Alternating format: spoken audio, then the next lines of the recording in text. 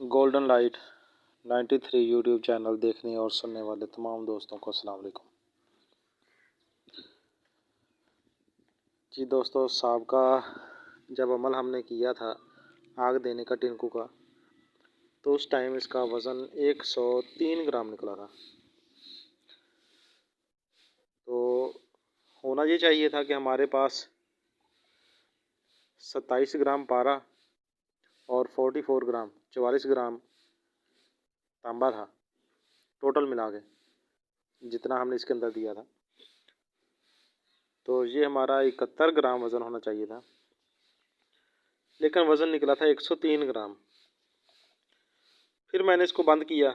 बंद करने के बाद कप के अंदर ये देखें, ये काली कुठाली है 4 नंबर की, मेरे ख्याल में ये इतना साइज़ है इसका, ये 4 उंगलियों के बराबर आ जाती है।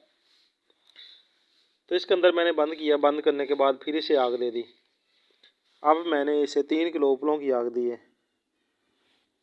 तो इसके बाद इसका जो वज़न निकला है तो वो अभी देखते हैं। इसका वज़न देखते हैं कितना हुआ।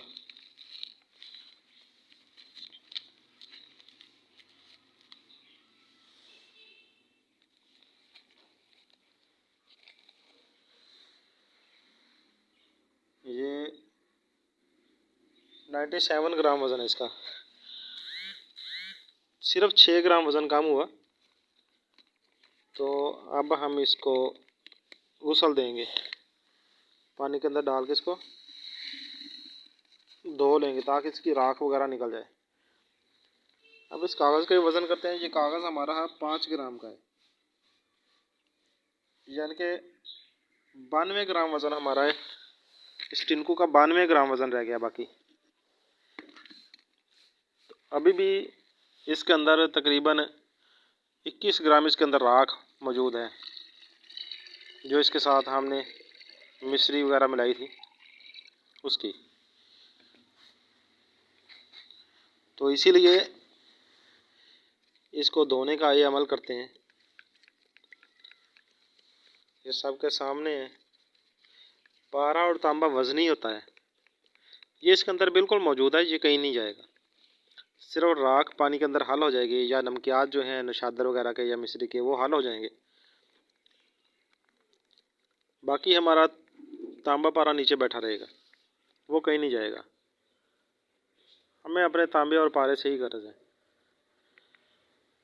अब इसके अंदर पानी डाल के इसको अच्छी तरह हिला दिया है, सारा एक जैसा काले स्याह रंग का बन गया। अब इसको छोड़ दूंगा मैं, तो ये 8-10 घंटे पड़ा रहेगा। तो फिर इसका पानी ऊपर से अलग करेंगे ताकि हमारा तांबा पारा नीचे पूरे वज़न में बैठ जाए। तो इंशाल्लाह जब इसको निकालूंगा तो फिर आप भाइयों के सामने शेयर करूंगा। अस्सलाम वालेकुम।